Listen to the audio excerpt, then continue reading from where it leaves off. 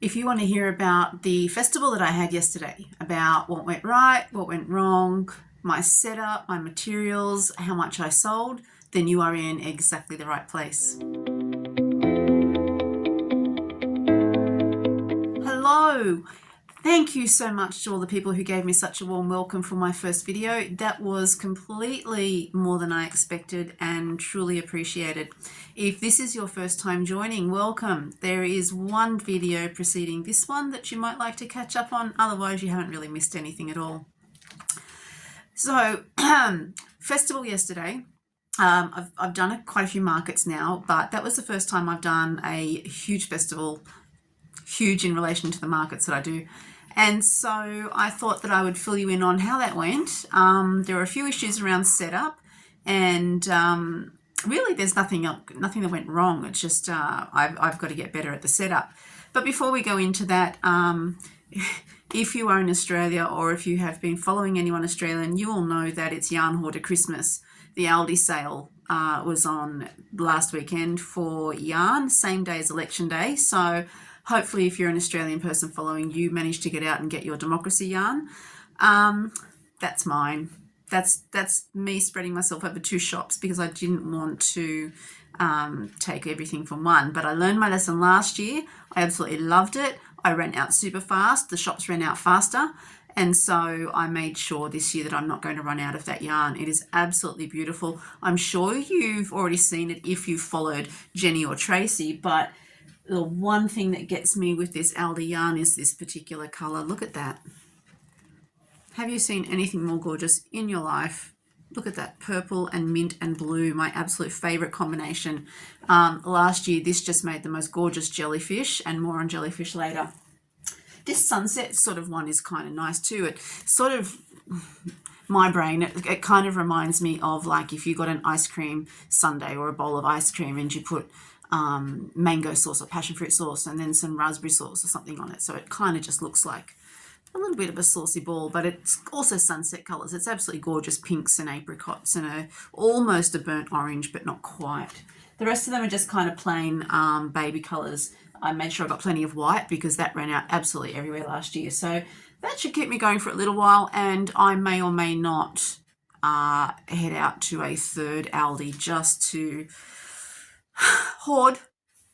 No other reason, just to hoard. I mean, once a year, I think it's okay if we do that. Okay, so that's the yarn haul for the week. On to the festival. So it was MacArthur Multicultural Children's Festival in Campbelltown. So it was about half an hour along the motorway from me, so it was nice and close. 10:30 to 5:30.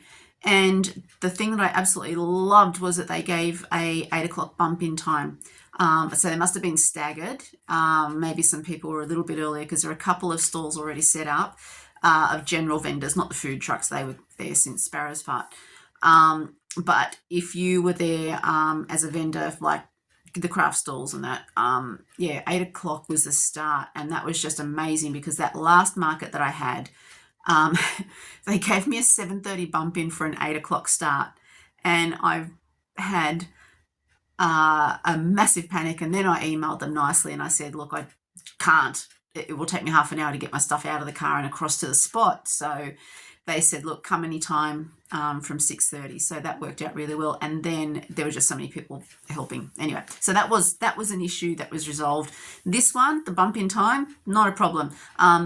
Drive into the car, it was in a park, so drive into the car park. There was a 50-metre walk between the car park and the spot where my stall was allocated, but that wasn't an issue because it was mostly a concrete path. It was just that last 10 metres across the grass trying to drag an overladen wagon through the grass. It was a little bit damp and boggy, so yeah, that was the only issue. Otherwise, the worry that I had about getting everything to the stall, not a problem. I mean, it was 3 or 4 trips from the car, but you know, who can't do with the exercise? So when I got there at exactly the same time, coincidentally, as the girl that was in the stall next to me, and so we both sort of went to find the setup guy, and you know, he directed us where we're going, and we were placed. So in the park, there was a circular garden in the middle. And what they'd done was they had allocated spaces radiating out from that circle in sort of like a spokes arrangement. And we kind of were looking at it and thinking, something's just not quite right here. And it turned out that they had measured our spaces as 1.5 meters, which is just under 5 foot. We all have 3 by 3 meter gazebos. So there is absolutely no way, by the time the two of us set up our gazebos, we'd already taken up nearly 4 spots. Yeah, so the other vendors on either side of us weren't there yet, but you could see that it was going to be an issue. But it was solved really quickly. They came along, they found a very, very close spot, like when I say very close, I mean like 2 meters away for the person whose spot that I was encroaching on. And then the same on the other side, just shifted them a little bit, worked out beautifully. We were under the trees. It was great during the day because that was nice and shady, but set up, I got sunburned and it was really, really hot doing the setup up until about 10:30, and then I could retreat to the back corner of my gazebo, and I've got walls, so it was nice and shady, so that wasn't really an issue at all then. So yes, 3 or 4 trips in the trolley. The girl next to me helped set up my gazebo, I helped her set up hers. That was fabulous. And then, as per usual for me, it just absolutely goes to heck in a handbasket. I haven't worked out the secret of setup yet, and it takes me a embarrassingly long time to get my stall set up. So the last one was 3 hours. This one was 2.5 hours. And the 2.5 hours this time, I'm ashamed to say that was even with about 6 to 8 schoolgirls helping me out. And I know that there's no chance that they're watching, but shout out to the girls from Alfeasel College, because, oh my goodness, I could not have been set up without them. They were really great. It didn't hurt too that they were just fascinated by the crochet, and they just thought that they were playing shops, and it was wonderful. But yeah, it was really good to have that extra hand. But 2.5 hours to 3 hours setup is unsustainable. I am absolute garbage at setup. I'm aware of that. So that's something that I need to sort of look at going forward. So if you have setup tips to speed up the process, please share those, please. Don't make me beg, but 3 hours, I'm absolutely buggered by the end of that, and then work through the day and then pack up again. It's just blah. Anyway, so yeah, it was really lovely to have those helpers. I gave them all a key ring at the end and they were stoked. But it also meant then that one of the little girls, I shouldn't say little girls, they were high school girls, but they were only young. One of them hung around with another friend to the end of the day, waiting to see if I wanted help again, and I'm pretty sure they were counting on getting more free stuff, but that didn't happen. I gave out 8 key rings. I think that's plenty. Okay, so yeah, I'm going to pop in just a montage. I could not get a video. I lie. I did get a video, but it doesn't look really good. The way that the sun was, it just didn't turn out, the exposure didn't turn out very good at all. So what I did was I took some photos.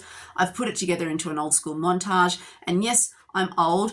I'm Gen X, but I'm borderline boomer. So, but yes, so there are, see in the montage, there are some photos that are portrait and some that are landscape and fill the screen. Deal with it, please. It's early days. I will get the hang of these things, I promise. So have a quick look through the video. It'll show you the stall setup. It'll give you some close-ups of some of the things that I'm talking about. And then we can come back and I can tell you how the sales were going during the day.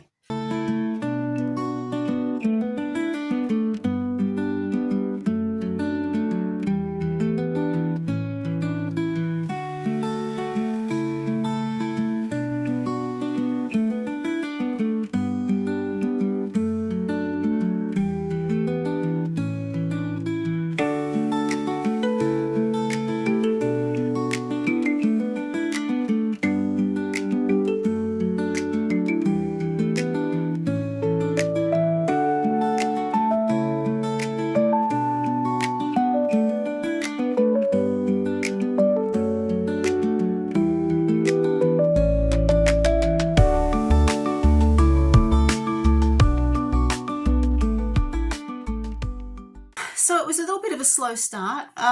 Didn't really get much in the way of sales for about an hour or so. There were people just sort of wandering around and looking, but it was early, and there were dances and things on. So, there's people had other things to do, but it did definitely pick up from, say, between 12 and 2-ish, it picked up.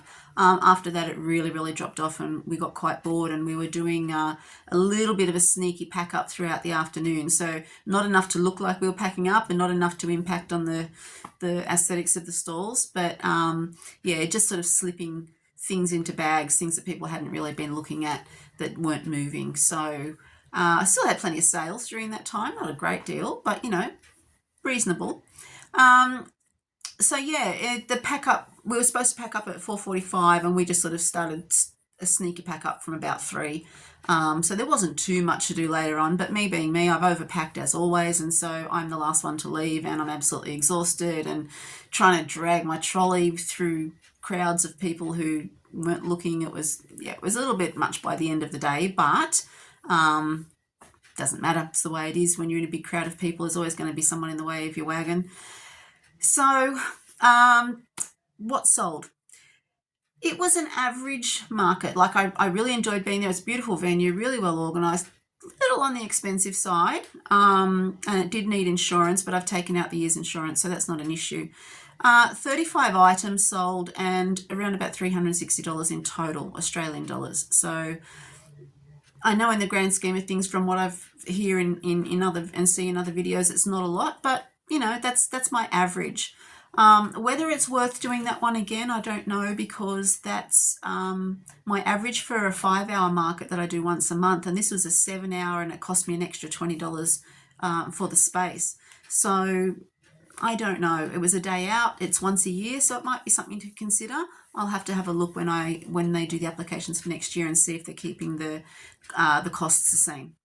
So, what items were selling?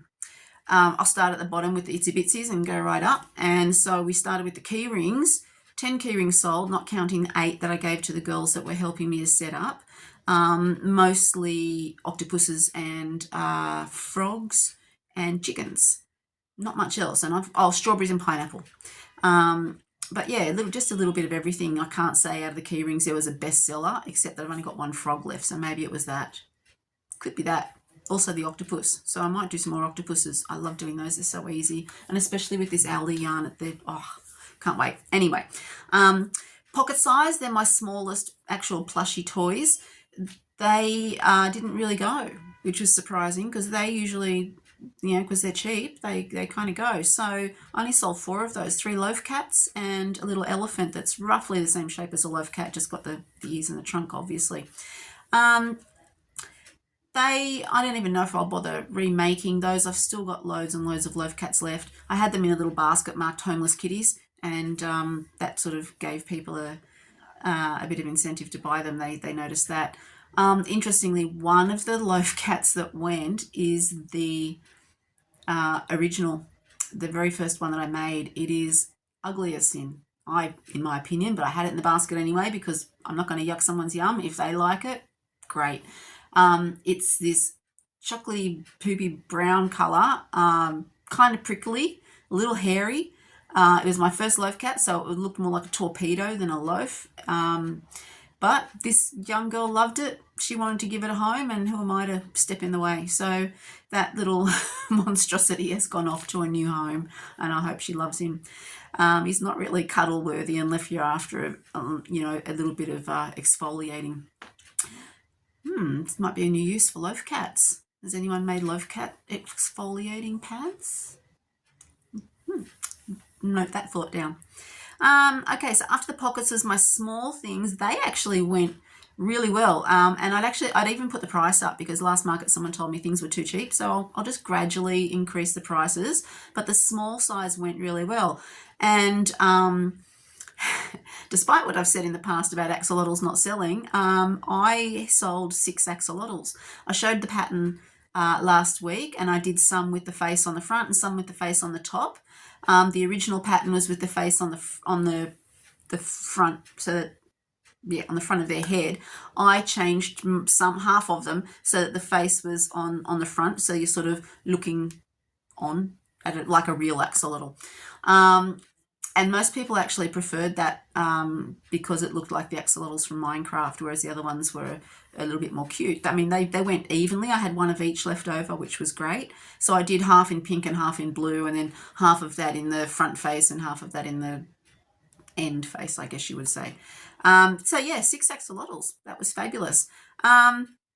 People love the ducks. I only sold one duck though, and that was a burnout mystical in the greens.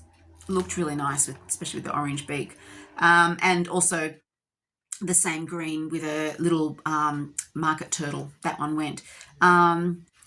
Big fat yellow and black bee, and the fat green frog. And I'll list these patterns in the description so that you can check out what they are. Emotional support nuggets. So I made some chicken nuggets that were about so big, about hand size, and I've got them in a bag with a little label that says, if you need a nug hug, then consider something like that along those lines. Emotional support nugget for when you need a nug hug. So one little girl came up and she said, how much is a nug hug? And I had absolutely no idea what she was talking about for a minute. And then we got it. So I sold one of those. A loaf cap that I made out of rainbow yarn. This one. I absolutely love this one. It's so soft and it's really thick, so it works up really quickly. So she took a loaf cap that was made out of that one, which was fabulous. And then a crocodile, which I don't think I showed last time I was going to, but I think I did it in the outtakes.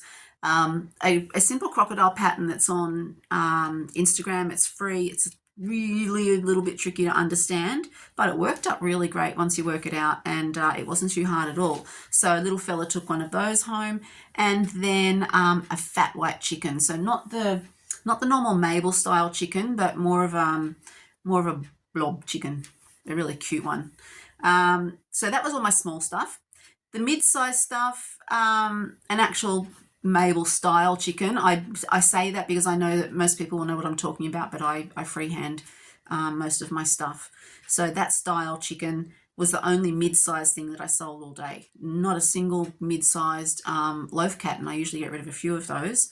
So my next size up from mid is my chunks, and I sold a blue chicken. Same size, same again, the Mabel chicken. Then I have, you may have seen, somebody had a pattern for slinky worms where you take a little plastic slinky and you put a head and a tail on it, and it makes a slinky worm. I can't think of the person's name. I will look it up and make sure it's in the description. I did not buy the pattern, but I did send her money through another, I don't know what the name of it is, but anyway, there's a button you click in her profile where I think it's like buy me a coffee or something like that. I don't know. But I did send her the equivalent of the pattern, but I didn't need the pattern because it's just 2 cylinders on a slinky. So yeah, they go really well for me. I usually sell a lot, and I sold 4 this time. Side note, somebody let their child, and I didn't really have any children in there by themselves, so there was a supervised child. Somebody let their child pull the damn slinky, one of them, so hard that it has tangled itself up in knots, fallen off, landed in the dirt, being stomped around in the dirt quite clearly, and then hung back up again. I'm not even going to venture why. It wasn't handed to me to say, oops, sorry, my son did this, or my kid did this, or something, anyway. I managed to untangle it, but I couldn't get all of the dirt off it. I could get enough off it. I mean, there's no way I could sell it, but I gave it to the girl next to me for her little boy. It would just need a little bit of a sponge to get the sand. It wasn't really dirt. It was more of a darker sand, but it's enough to mark the minty coloured yarn. Anyway, so I gave that to her to take home. And I also gave her one of my snake slap bands. So it's just a slap band with a snake around it, and they do not sell. I've had them since late last year, and they do not go. They do not sell at all. And I was happy to give her one because she said her little boy would love it, and no one else has expressed the slightest bit of interest in a snaky slap band. So I was happy to get one out and give it to somebody nice. So yeah, the other thing that went then was the high school girls coming back while they were helping me set up. They were claiming everything and saying, I want this one and I want that one. You can't have that one because I want this one. So one of them came back and bought a lip gloss holder, and I put just a little cheap lip gloss in it, just because then I don't have to explain to people what it's for. Just the lip glosses that I have work out $1 each, so they can either use them or chuck them or whatever. Anyway, so she bought one, and then she brought a friend back later and made a friend buy one. So two lip balm holders went. And then a little girl bought a pair of earrings for her mum. So the surprising thing that sold was my Jag jellyfish. Jag is a pattern by Off the Beaten Hook, and I use her website, but you can also go to Etsy and buy the PDF version of the pattern. I will put a link to her in the description as well. I have had these hang up for ages, and they get a lot of interest because I think they're absolutely gorgeous. So this is my purple one, and they're done in a yarn that's Turkish blend of, it's 50% acrylic, 50% cotton, and they were given to me by a lady at another market that I used to do, and she just I gave her some fabric. So the next week she came and gave me this massive bag full of these yarns, and I've actually got them here. I'll just show you. So I don't know anything about the brand, but like I said, 50% cotton, 50% acrylic, that brand and this one. And she gave me well over a dozen different balls, and they're really beautiful to work with. They wear well. They're really quite smooth. I like the feel of them. What I don't like is the fact that they're 4-ply, and my goodness, they're slow and fine. But anyway, they work up really nicely. So there's that Jag. It has this beautiful pattern around the head, beautiful pattern around here under the eyes, and then it's got this ruffly tentacle down the center. It has legit like 1,000 stitches per round at one point. That doesn't sound right, does it? I'll have a look at the pattern. But anyway, it's got a lot. It's got like a lot, to the point where I don't do all of the rounds because I lose interest by then and I don't want to wreck the pattern. And then it's just got these long leggy bits that come down here. So that's my purple one. And then this one is not made out of that Turkish yarn, but this is made out of a Cartier cotton that somebody gave me, and I can't think what it's called, but it's really weird yarn that's got wooden beads at intervals all the way through the yarn. So what I've done is I've rewound them, I've pulled the beads off. I use those in fidget key rings now. But this is a really lovely yarn to work with too. It's a little bit thicker than the other one, the cotton one that I've got, but yeah, so they're the only two I've got left. I sold the brown one. I had one that was 2 shades of brown, and little boy bought that because he told me that his teacher had one similar and he was buying the brown one because it was chocolate and vanilla. So fair call, and he was absolutely thrilled to bits with that. And that was my most expensive sale. And then I had, what is the other one? Oh, I had a blue. I had a blue one like this too. It was slightly bigger because I think the blue might not have been that cotton. It might have been a different brand, so it came out just in parts a little bit bigger, but it was the same. It was the dark blue and the light blue, and it was absolutely gorgeous. And a woman saw it and she's just like, I want it. And I said, okay, let me check the price. She goes, I don't care, just give it to me. So that was awesome, which also is great because it gives me a chance to make some more Jags. Have a look at the pattern. I really like it. And this stitch here is so simple that, you know, you could, it's just going up a couple of rows. Well, you're actually going that way. So when I say you go up, you're crocheting from the bottom up. You go down a couple of rows and just make that long stitch. And it's just a really simple way to make a pattern or to put some details on your work if you wanted to. Anyway, Jag jellyfish, my absolute favorite pattern. I do love the jellyfish. And because those ones were getting a lot of attention, sorry, excuse me, leaning around you and banging the camera, professional as, I also just freehand some jellyfish and they get loads of attention. This one was made, I think this is a remnant of last year's Aldi.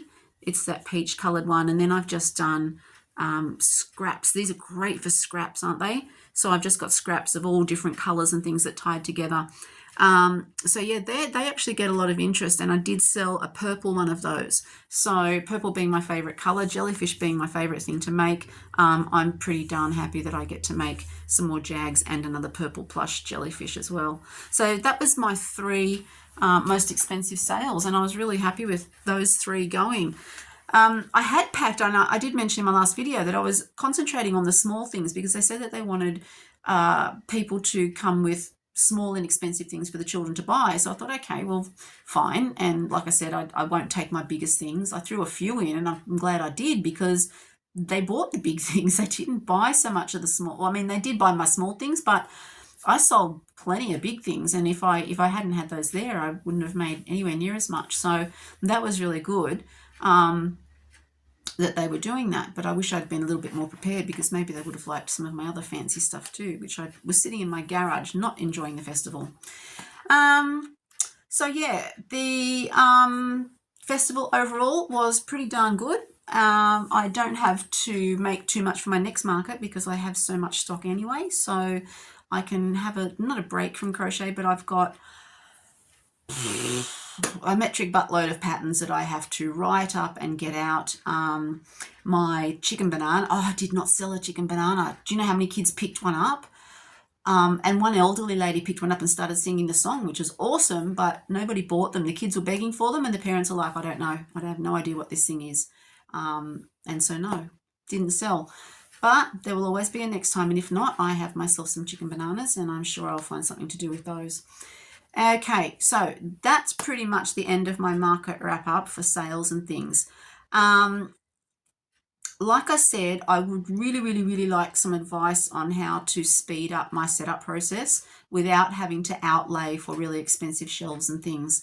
I was planning on talking about the actual, not furniture, the equipment that I use at the market. But I might do that in a separate video, because as usual, I've probably talked so long that this one is going to go forever, because I also did want to catch up on a few things that are coming up.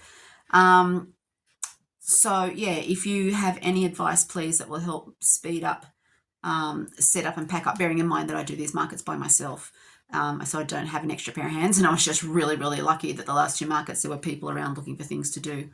So yeah, that was it. Great market. So what's coming up over the next week is I have like I said, patterns to finish. I've got some mods from my nugs, and I didn't actually have any of those with me on the weekend. I forgot to pack them. They're sitting right here next to the camera.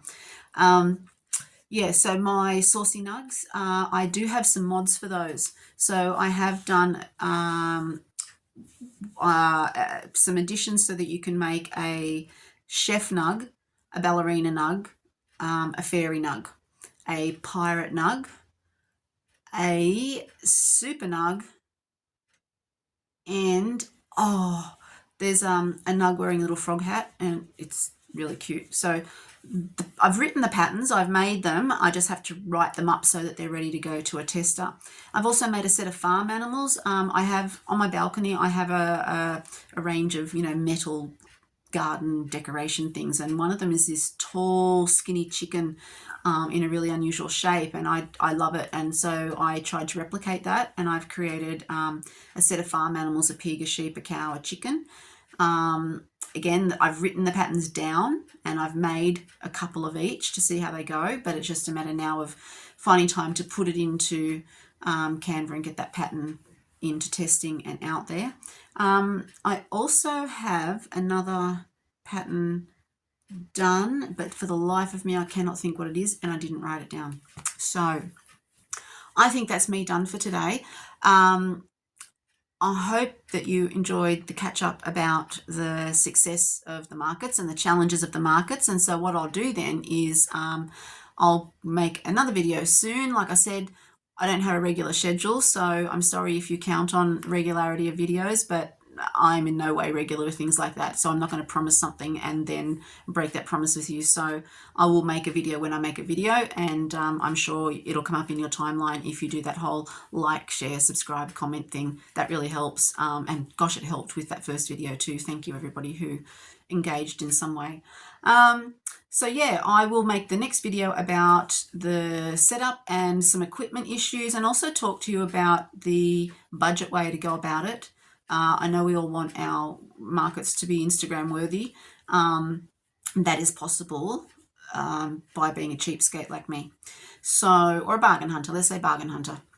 By being a bargain hunter, you can have lots of things to set up your stall. So I'll talk to you about the things that I tried yesterday that just didn't work, and I scrapped after about half an hour, and we'll go through some of the furnishings that I've picked up that I'll use.